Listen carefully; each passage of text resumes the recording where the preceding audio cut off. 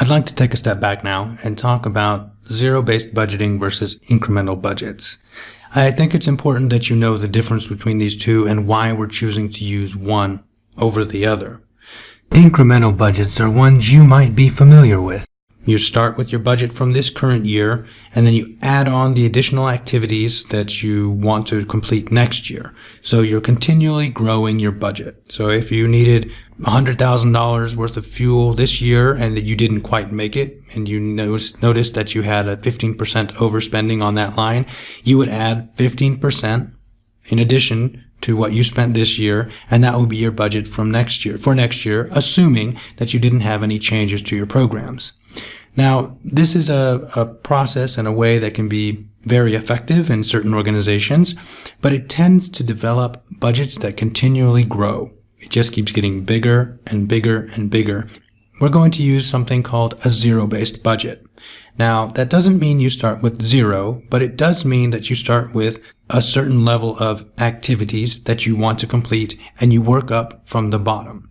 Instead of looking at what you did last year and adding on to it, you take a different approach. You look at what you want to do, and then you talk through and think about all the things you need to do those activities, and you add those into the budget.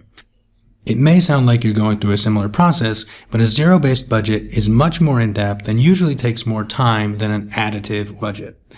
The reason that we're going to use a zero-based budget is that I want you to make sure that you're considering all of your activities and what needs to be done, and not necessarily what was budgeted for last year. Very often in MSF, we're too ambitious. We try to budget for things that never get done, and at the end of the year, you may have a large amount of money that's sitting in your budget that wasn't used. That's an inappropriate use of donor funds, and we want to avoid that if at all possible.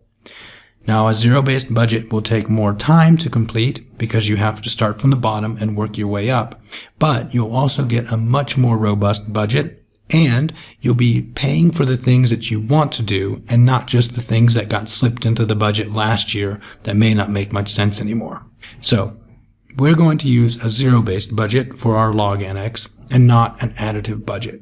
Your PC and your Medco may choose to use a different type of budget. They may simply choose to add on to what was used last year. But in logistics, we're choosing something different. I want you to look at everything that you need to complete your activities and not necessarily what you had last year. Too often, those things can be wrong, and I want you to have the best budget possible that you can build in the time period that you have available to you.